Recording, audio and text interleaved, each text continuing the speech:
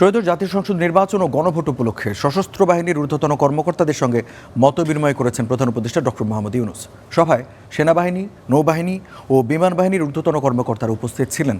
সোমবার দুপুরে ঢাকা সেনানিবাসে এই মতবিনিময় সভা অনুষ্ঠিত হয়। দুপুরে আন্তঃবাহিনী জনসংযোগ পরিদপ্তর আইএসপিআর জানায়, সভায় আসন্ন জাতীয় সংসদ নির্বাচন ও গণভোট ঘিরে দেশের সার্বিক নিরাপত্তা পরিস্থিতি, আইন শৃঙ্খলা রক্ষা এবং সশস্ত্র বাহিনীর সম্ভাব্য দায়িত্ব ও প্রস্তুতি নিয়ে আলোচনা হয়।